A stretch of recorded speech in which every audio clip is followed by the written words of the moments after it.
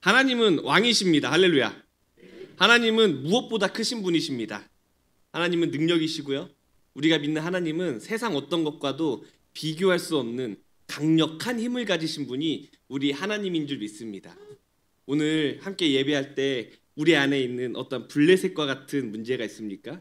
아모리 사람과 같이 우리의 삶을 붙잡는 어떠한 영역들이 있습니까? 하나님의 통치 안으로 들어가기 시작할 때 하나님으로부터 오는 자유가 우리 모든 예배자들 가운데 충만하게 계시될 줄 믿습니다.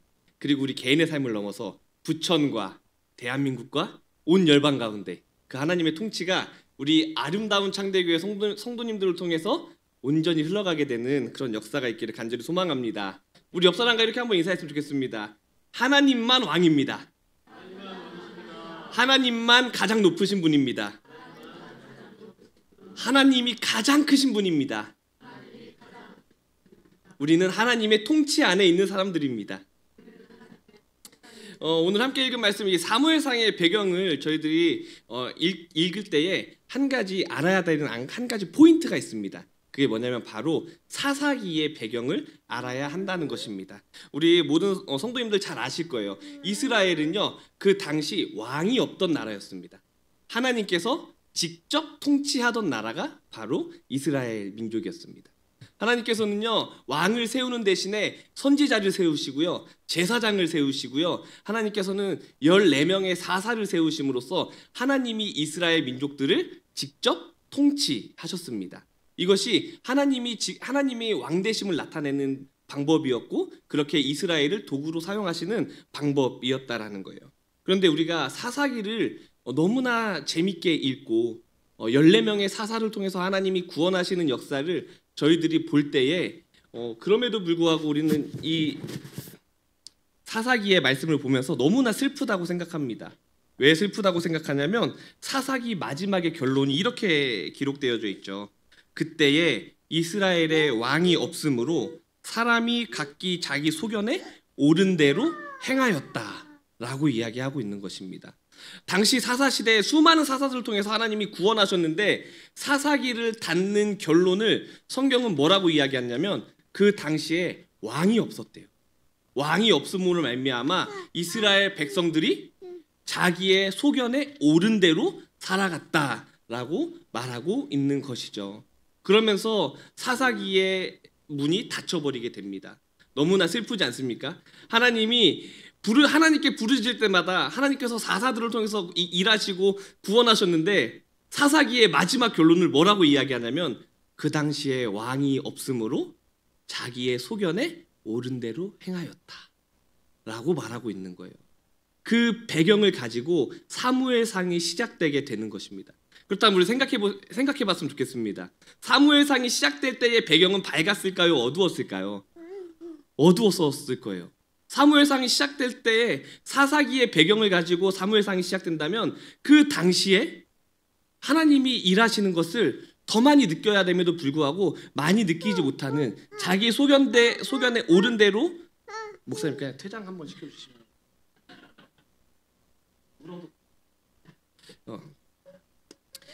당시에 사무엘상의 배경이 어두워도 너무나 어두웠을 거라는 거죠. 수많은 일들이 있습니다. 법궤를 잊어버리기도 하고요. 그리고 수많은 나라의 침략을 받기도 하고요. 너무나 어두운 상황. 마치 하나님이 일하시지 않는 것 같은 그런 상황의 시작이 바로 우리가 함께 읽은 사무엘상의 배경이라는 것입니다. 그럼에도 불구하고 하나님께서는 이스라엘을 사랑하셔서 한 사람을 일으키십니다. 그 한 사람을 일으키시는데 그 사람이 바로 사무엘이었다라는 것이죠. 할렐루야. 우리 아름다운 창대교회에도 사무엘 목사님이 계신 줄 믿습니다. 할렐루야. 근데 이 사무엘의 특징이 무엇인 줄 아십니까? 하나님이 이스라엘을 사용할 때 사무엘을 통해서 사용하시는데 이 사무엘의 특징을 뭐라고 이야기하냐면 사무엘상 3장 19절에 이렇게 기록하고 있습니다. 사무엘이 자라매 여호와께서 그와 함께 계셔서 그의 말이 하나도 땅에 떨어지지 않게 하시니 라고 성경은 분명히 기록하고 있습니다. 다시 말해서 어두운 시대 하나님이 사무엘을 들어 사용하실 때에는 사무엘을 통해 전해지는 하나님의 말씀이 땅에 떨어지지 아니하고 심령에 박혔다 라고 성경은 분명하게 기록하고 있는 것입니다. 하나님이 우리 아름다운 창대교회를 사무엘과 같이 사용하는 줄 믿습니다. 아름다운 창대교회를 통해서 선언되는 이 말씀이 땅에 떨어지지 않고요, 부천의 심령에 심겨지는 줄 믿습니다. 대한민국의 심령에 심겨지는 줄 믿습니다. 열방의 심령에 심겨지는 줄 믿습니다. 하나님이 아름다운 창대교회를 그렇게 사용하시는 줄 믿어요. 이것을 통해서 우리가 알 수 있는 하나님의 통치의 방식이 한 가지 있는데요, 그것은 뭐냐면 하나님께서는요, 하나님의 통치를 받는 사람을 통해서 그가 속한 곳이 하나님의 통치 안으로 들어오도록 인도해 주신다라는 것이에요. 하나님께서 우리 성도님들이 하나님의 통치를 받으십니까? 왕의 통치를 받으십니까? 그렇다면 우리 성도님들의 직장이 하나님의 통치를 받게 될 것이며, 가정의 통치를 받게 될 것이며, 우리 아이들이 왕의 통치를 받기 시작할 때 그 학교가 하나님의 통치를 받게 되는 것을 하나님은 그렇게 원하시고 원칙으로 심겨 놓으셨다라는 것을 우리는 잘 알고 있습니다. 이것을 2글자로 선교라고 이야기하고 5글자로 지상대명령이다라고 이야기하는 거예요. 우리는 모두 지상대명령을 이루어가는 하나님의 군사들로 세움받은 줄 믿습니다. 우리 아름다운 창대교회를 통해서 지상대명령이 성취될 줄 믿습니다. 지상대명령이 부천 땅 안에서, 대한민국 땅에서 충만하게 가득하게 될 줄 믿어요. 근데 우리가 여기서 한 가지 알아야 될 것이 있다면, 지상대명령은 단순히 교회를 다니는 사람들의 숫자가 많아지는 것이 지상대명령이 아니라, 성경님 분명히 말하고 있습니다. 여호와를 아는 지식이 물이 바다를 덮음같이 가득하게 되게 되는 것, 그것을 성경은 지상대명령이라고 이야기하고 있죠. 우리 성도님들을 통해서 여호와를 아는 지식이 성도님들의 영역 안에 충만하게 가득하게 될 줄 믿습니다. 왕의 통치를 받는 우리 사무엘과 같은 아름다운 창대교회를 통해서 저는 믿어요. 그때에 이 도시 안에 빼앗긴 것이 너무나 많지 않습니까? 이 도시 안에 하나님이 만드신 원점이 있는데 그 원점이 많이 흐트러진 것을 보게 되죠. 정치의 영역 안에서, 경제의 영역 안에서, 그리고 교육의 영역 안에서, 가정의 영역 안에서, 미디어의 영역 안에서, 예술의 영역 안에서 하나님이 만드신 원점이 세상의 사단의 어떠한 계략으로 말미암아 많이 흐트러진 것을 우리는 많이 보게 됩니다. 그러나 여호와를 아는 지식이 가득할 때, 왕의 통치를 받는 사람들이 충만하게 가득해지기 시작할 때에 대적의 성문을 우리 모든 믿는 자를 통해서 차지하게 될 줄 믿습니다. 할렐루야. 우리는 왕의 통치를 받는 사람들입니다. 왕의 통치 아래에 있는 사람들입니다.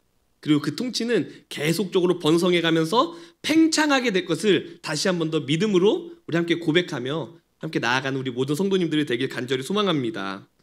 저는 오늘 사무엘상 7장 이 미스바 총회를 통해서 하나님의 통치를 받는 사람이 어떠한 사람인지, 그래서 우리가 우리의 도시 안에서 어떻게 나아가야 하는지 함께 3가지의 은혜를 나누고 말씀을 마치고자 합니다. 왕의 통치를 받는 사람, 하나님의 통치를 받는 사람은요, 어떤 사람이냐면 우리 오늘 오전 말씀에 원로 목사님께서 말씀해 주셨습니다. 하나님만 섬기고 하나님만 사랑하는 것.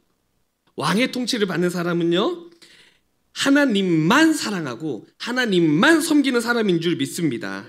오늘 사무엘이요, 이스라엘 백성들을 어디로 모으냐면요, 미스바라고 하는 지역으로 모으기 시작합니다. 그리고 거기서 예배하기 시작하는데 그 예배의 주제는 너무나 심플합니다. 여호와께 돌아가자. 뭐라고요? 여호와께 돌아가자. 저 묵상을 하면서 이 말씀을 준비할 때 저도 심플하게 한 가지 질문이 하나 생겼습니다. 그게 뭐냐면, 그렇다면 이스라엘 백성들은 하나님을 믿지 않았던 신앙이었을까? 라고 하는 질문이 땡 들기 시작했어요. 그렇다면 정말 이스라엘 사람들은 하나님을 안 믿었을까요?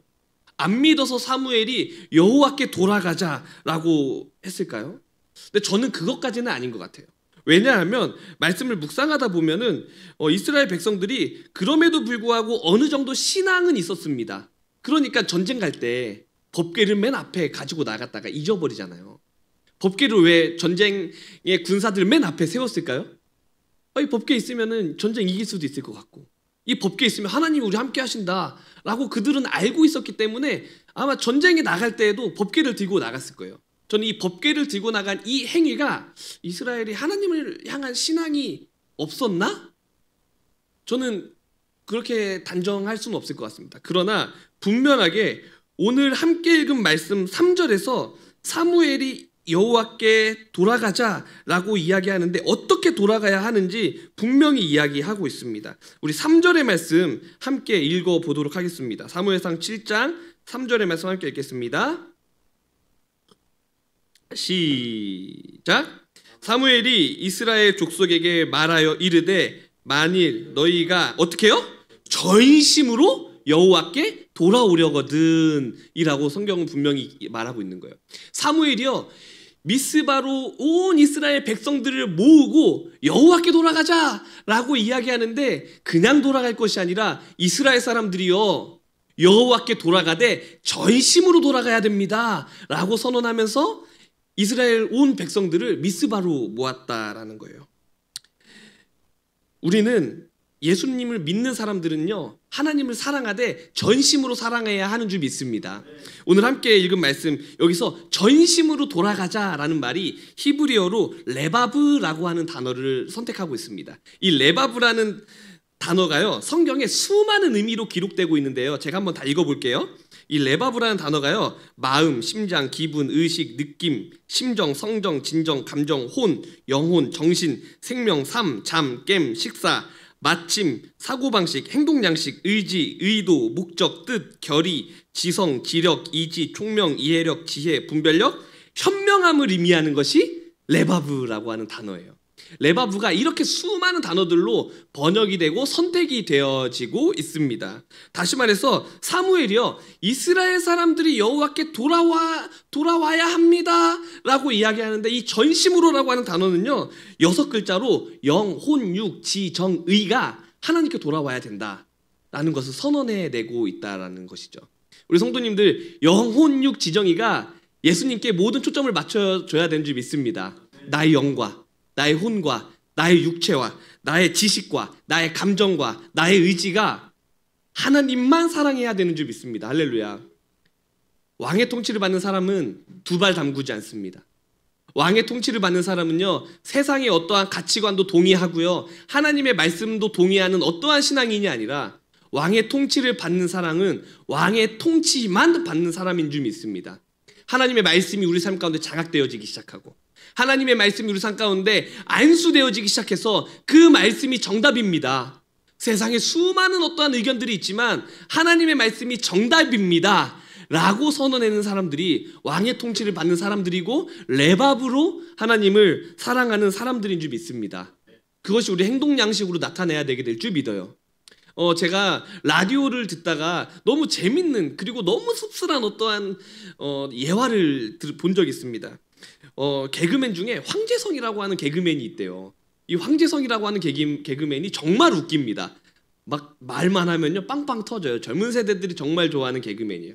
근데 이 황재성이라고 하는 개그맨이 뭐라고 이야기하냐면 자기는 원래 이름이 황재성이 아니었어요 라고 이야기를 하더라고요.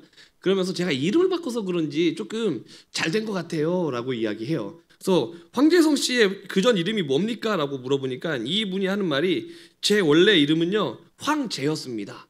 이러는 거예요. 본명이 원래 황재였대요. 근데 부모님 이제 황재라고 하는 이제 이름을 물려받고 살다가 황재성으로 개명을 했는데 이 개명을 어디서 했냐고 물으니까 이분이 뭐라고 이야기하냐면 자기가 다니는 교회에 장로님이 추천해준 점집에서 이걸 받았대요. 내가 다니는 교회에 장로님이 추천해준 점집에 무당이 추천해준 이름이 황재성이었다라고 이야기하는 거예요. 이게 많은 사람들은요 거기서 종교 대통합이다 하면서 막 하하하 거리고 배꼽이 빠지도록 웃는데요.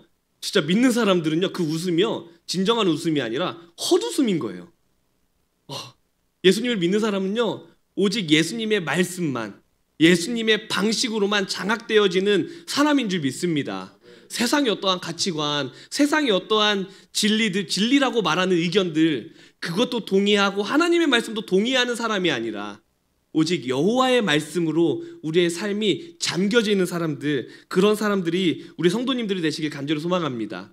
우리 성도님들의 행동 양식의 동력이 오직 여호와 하나님께 있기를 간절히 소망합니다.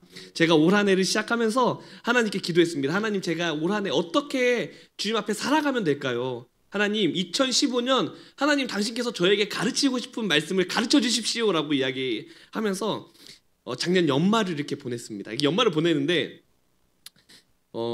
제가 집 청소를 열심히 하고 있었어요. 집 청소를 열심히 하고 있는데 문득 갑자기 하나님께서 저에게 팍 질문을 하시면서 감동을 주시는 거예요. 뭐라고 말씀하시냐면, 성화야, 너를 움직이는 힘은 무엇이니? 라고 하는 질문을 하시더라고요. 그래서 제가 너무 교과서적인 답변으로, 하나님, 저는 성령의 사람 아니겠습니까? 하나님, 저는 예수님 많이 사랑하는 사람 아니겠습니까? 예수님이 저를 움직이게 하는 힘입니다 라고 하려고 하는 순간에 저를 움직이게 하는 수많은 동기들이 제 머릿속에 쭈르르륵 나열되고 제 마음 안에 나열되기 시작하더라고요. 저를 움직이게 하는 게 무엇일까? 하나님, 제가 사역하는 동기가요, 다시 생각해 보니까 재정을 어떻게 좀 채워야 한다는 동기, 그리고 하나님, 저는 가난하게 살고 싶지 않습니다. 그렇기 때문에 제가 하나님께 더 열심히 사역하겠습니다 라고 하는 어떠한 동기, 사역을 잘해서 남들에게 인정받고자 했던 동기들도 있었고, 하기 싫은 일이지만 그냥 권위자의 어떠함 때문에 그냥 해야 했던 어떠한 동기들을 제 안에 쭈루루루 이렇게 하나님께서 나열하시기 시작되더라고요.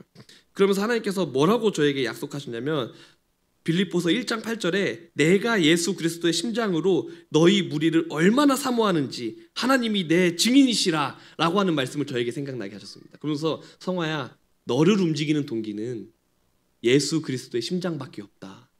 성화야, 네가 말씀을 전해낼 수 있는 이런 모든 동기는 오직 예수 그리스도의 보혈과 복음의 능력밖에 없다. 2015년은 내가 너를 그렇게 키워가겠다라고 약속하신 어떠한 시간들을 제가 보낸 적이 있었습니다. 우리 성도님들도 하나님의 말씀이 동기가 되길 소망합니다. 하나님이 말씀하시는 명령이 동기가 되길 소망합니다. 저는 그때에 부천이 하나님을 의지하는 신앙으로, 그냥 의지하는 것이 아니라 전심으로, 부천의 영혼 육지 정의가 하나님만 의지하는 신앙으로 그 통치 안으로 들어가게 될 줄 저는 믿습니다. 우리 하나님 사랑합시다. 하나님도가 아니라 하나님만 사랑합시다. 할렐루야. 하나님밖에 없습니다. 할렐루야. 이것이 우리의 신앙, 레바브의 신앙이 되어야 되는 줄 다시 한 번 더 믿으시며 나아가기를 간절히 소망합니다. 두 번째로, 우리가 하나님의 통치를 받는 사람이 어떤 사람일까? 하나님의 통치를 받는 사람은요, 비본질을 사랑하는 것이 아니라 본질을 사랑하고요, 본질을 강화해내는 사람이 바로 하나님의 통치를 받는 사람인 줄 믿습니다. 오늘 말씀을 보니까 이스라엘 백성들이 미스바로 모이게 됐습니다. 여호와께 돌아갈 때 어떻게 돌아가요? 전심으로 돌아가기로 결정하고 열심히 예배하는데 한 가지 문제가 생기는 거예요. 그 문제가 뭐냐면, 이스라엘 백성들이 미스바라고 하는 지역에 다 모였다라는 소식을 블레셋 사람들이 듣기 시작합니다. 그래서 블레셋 사람들이, 이스라엘 사람들이 한 곳에 모여있네? 공격하기가 좋네? 이스라엘 사람들을 공격해야겠다 라고 하면서 블레셋 사람들이 어떻게 하냐면 이스라엘 사람들이 있는 그 미스바로 진격하기 시작하는 거예요. 그 얘기를 들었을 때 이스라엘 사람들이 깜짝 놀라기 시작했죠. 그 당시에 블레셋은요, 이스라엘에게 있어서 정말 트라우마 같은 존재였습니다. 이 역사의 전부터 블레셋은 계속적으로 이스라엘을 공격했고요, 4.4 시대에도 블레셋과 이스라엘은 라이벌 구도였는데, 하나님께 예배하기로 결정한 이때에 블레셋이 우리를 공격한다. 너무나 어려운 상황 아니겠습니까? 그런데 그때에 사무엘과 이스라엘 민족에 마치 동상이몽이 시작되는 것을 제가 보게 됐어요. 그게 뭐냐면, 이 동상이몽의 시작이 뭐냐면, 이스라엘 사람들이 이제 블레셋이 우리를 공격한다고 하니까 어떻게 하냐면 하나님께 나아가는 것을 멈추고 사무엘에게 나아가는 거예요. 그래서 뭐라고 이야기하냐면, 사무엘아, 이제는 네가 기도해야 된다. 네가 영적 지도자니까 네가 기도해야 돼 라고 이스라엘 민족이 사무엘에게로 나가는 거예요. 근데 저는 그렇게 생각하지 않습니다. 우리 모두 여호와께 나아갈 수 있는 담력이 있는 줄 믿습니다. 우리의 전심으로 여호와를 사랑하는 사람들은, 전심으로 여호와만 따라가기로 결정하는 사람들은 어떠한 상황과 환경에서 사람을 의지하는 것이 아니라 오직 하나님께 직접 의지할 수 있는 권위와 정체성의 신분이 우리 가운데 있는 줄 믿습니다. 그래서 사무엘이 그 얘기를 듣기 시작한 거예요. 듣기 시작하면서 어떻게 하기 시작하냐면, 어떻게 하기 시작하냐면 사무엘이 하나님께 번제를 드렸다라고 성경은 분명히 기록하고 있습니다. 사무엘이 근데요, 번제를 드리기 시작하는데 어떠한 번제를 드렸냐면 9절의 말씀을 함께 읽어봤으면 좋겠습니다. 우리 9절의 말씀 함께 읽어보도록 하겠습니다. 9절 시작. 사무엘이 젖먹는 어린 양 하나를 가져다가 온전한 번제를 여호와께 드리고 이스라엘을 위하여 여호와께 부르짖음에 여호와께서 응답하셨더라. 아멘. 오늘 말씀을 보게 되면 사무엘이요, 그 얘기를 듣고 무엇을 하기 시작하냐면 하나님께 예배하기 시작해요. 번제를 드리기 시작해요. 근데 번제를 드리는데 어떠한 번제를 드리냐면 온전한 번제를 드렸다라고 성경은 기록하고 있는 거예요. 번제가요, 처음에 이제 짐승을 잡아다가 각을 뜨고 태워서 모든 것이 다 태워지는 것이 번제잖아요, 그렇죠? 근데 이 번제가요, 처음부터 끝까지 드려지는 러닝 타임이 있습니다. 평균 러닝 타임. 우리 영화 보면 최소한 1시간 반 이렇게 하잖아요. 근데 번제는요, 처음부터 끝까지 드리려면 3시간이 걸린다고 합니다, 평균적으로. 그래서 이 예배를 3시간 동안 각을 뜨고요, 안수를 하고요, 죽이고요, 태우는 그 모든 과정이 이 3시간의 번제 안에 있다라는 거예요. 그런데 제가 오늘 말씀을 스포일러를 하나 하겠습니다. 하나님께서요, 이 전쟁을 이기게 하실까요? 지게 하실까요? 이기게 하세요. 어떻게 이기게 하시냐면 저는 믿습니다. 완벽하게 이기게 하신 줄 믿습니다. 여호와를 찬양하고 온전한 번제를 드릴 때 하나님께서 완벽하게 이기게 하신 줄 믿습니다. 그런데 오늘 그래서 얼마나 완벽하게 이겼을까 상상을 해봤습니다. 오늘 말씀을 보게 되면 이스라엘 백성들이요, 블레셋이 저희들을 공격하지 않았습니까? 그래가지고 이제 이스라엘 백성들이 이기게 되는데 어디까지 블레셋 사람들을 이기게 하시냐면 뱃갈 아래까지 쫓아갔다라고 성경은 분명히 기록하고 있습니다. 다시 말해서 하나님께서 이기게 하시는데 뱃갈 아래까지 쫓아가게 해서 다 이기게 하셨다라는 거예요. 근데 미스바에서요, 뱃갈까지의 거리는 13km입니다. 몇 킬로라고 했죠? 13km예요. 근데 하나님께서 이기게 하실 때 비등비등하게 이기게 하셨을까요? 완벽하게 이기게 하셨을까요? 완벽하게 이기게 하셨을 거예요. 그래서 저 생각했어요. 아마 이스라엘 백성들이요, 미스바를 공격했던 장소에 대해서는 침묵하고 있지만 상상을 해본다면 저는 아마 13km 이내의 반경에서 이스라엘을 공격한 것이 아닐까 생각을 해보게 돼요. 왜냐하면 13km까지 하나님께서 이기게 하셨다면 완벽한 승리라면 최소한 10km 안쪽에서 이스라엘을 공격했을 거라고 저는 상상이 됩니다. 그런데 사람들이 걷는 행군 속도가요, 일반 군인이 걷는 속도가요, 1시간에 6km를 걷습니다. 예를 들어 봅시다. 10km의 반경 안에서 이스라엘 백성들이 공격하기 시작하는 거예요. 그런데 1시간에 6km를 걷는 속도로 미스바까지 도착한다고 생각하면 몇 시간 정도 걸릴까요? 한 2시간 반 안쪽이면 미스바 도착해가지고 아마 이스라엘 사람들을 전멸시킬 수도 있을 거예요. 근데 번제의 평균 시간은 얼마라고 했죠? 3시간이에요. 이스라엘 사람들이요, 급속한 속도로 다가오고 있습니다. 이스라엘 사람들이 우리 가운데 급속한 속도로 다가오고 있습니다.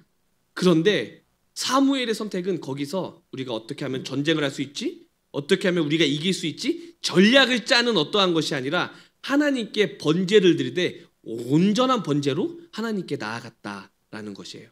저는 믿습니다. 사안과 환경을 뛰어넘어 예배하는 모든 예배자들 가운데 하나님이 부어주시는 결국은 승리인 줄 믿습니다. 어떠한 상황과 환경 속에서도 하나님만 예배하기로 결정하고 어떠한 상황과 환경 속에서도 하나님이 크신 분이신 것을 선언하기로 결정하는 우리 모든 성도님들 가운데 하나님의 일하심이 더 크게 역사되게 될 줄 믿습니다.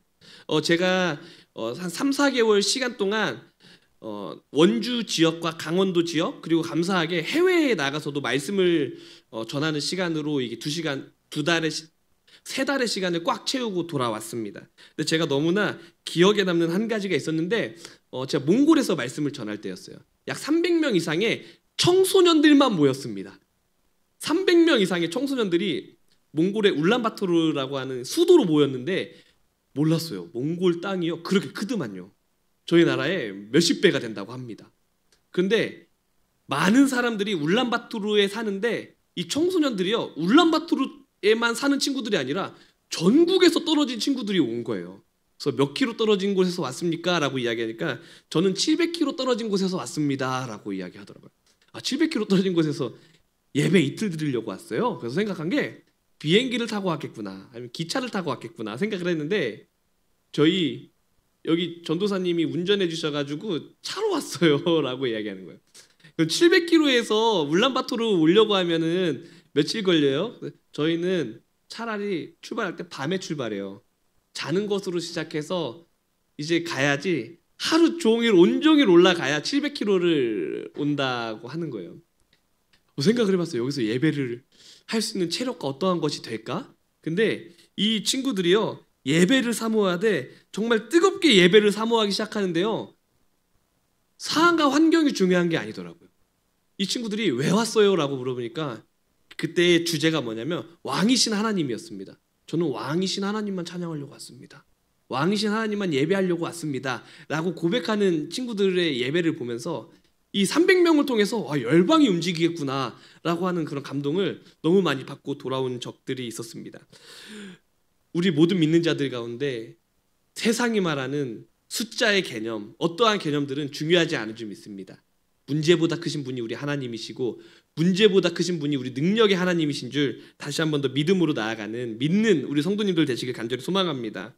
1967년에요. 이스라엘이랑 아랍 사이에 전쟁이 있었다고 합니다. 6일 전쟁이라고 해서 이제 6일 동안 이스라엘과 아랍 사람들 사이에 전쟁이 일어났다고 해요.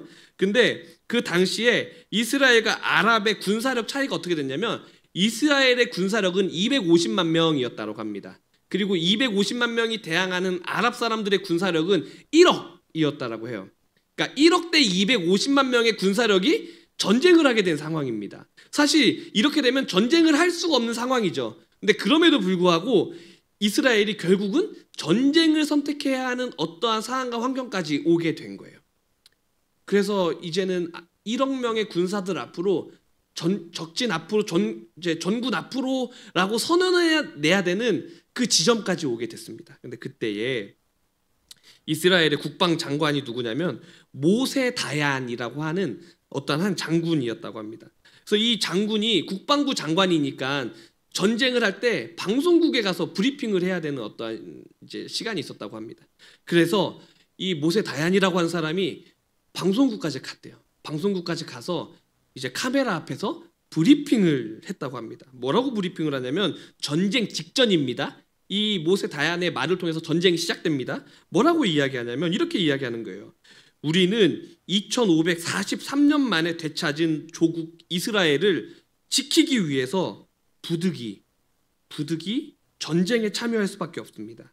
그러나 전쟁이 일어나게 되면 우리는 최단시간 내에 승리할 것입니다. 라고 이야기하는 거예요. 그래서 뭐라고 얘기하냐면 그 이유는 모든 전 장병들이 최신식 무기로 무장해 있기 때문입니다. 라고 이렇게 방송에서 브리핑을 했습니다. 그러니까 서방의 첩보원을 비롯한 모든 서방의 언론들이 깜짝 놀라기 시작했대요. 그 당시에 이스라엘에는 수많은 첩보원들이 이제 잠입해 있기 때문에 이스라엘이 어떠한 무기를 갖고 있는지 다 알고 있었다라는 거예요. 그런데 국방부 장관이 나와가지고 우리는 최신식 무기가 있으니까 우리는 이 전쟁을요 단시간 만에 끝낼 수 있습니다. 라고 이야기하니까 서방의 모든 첩보원들이 깜짝 놀랐다고 합니다. 그리고 나서 모세 다얀이 뭐라고 하냐면 이젠 우리는 그 최신식 무기를 갖고 적진으로 나아갈 것입니다. 지금부터 전쟁이 시작됩니다. 전군 앞으로 라고 이렇게 선언을 한 거예요.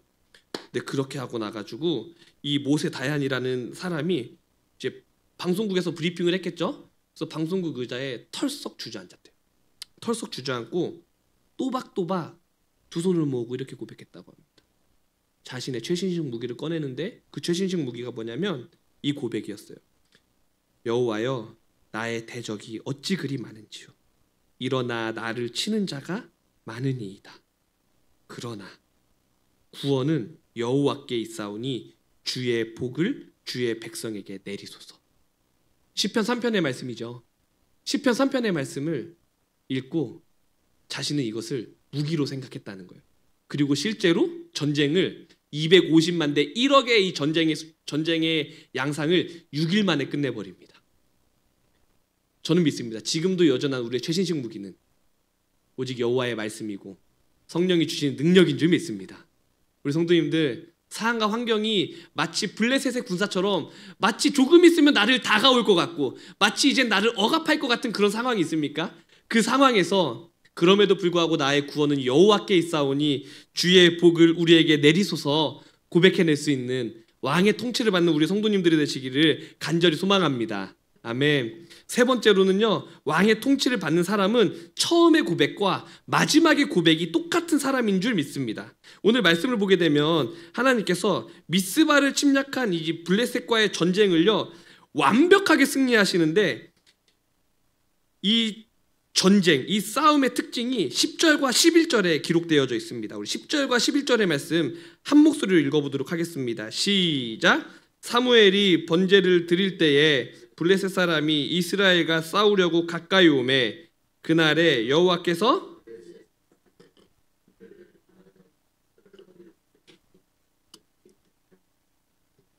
이스라엘 사람이 미스바에 나가서 블레셋 사람을 추격하여 백갈 아래까지 쳤더라. 아멘. 오늘 이 전쟁의 한 가지 특징이 있다면 이스라엘 백성들이 사실 딱히 한 게 없습니다.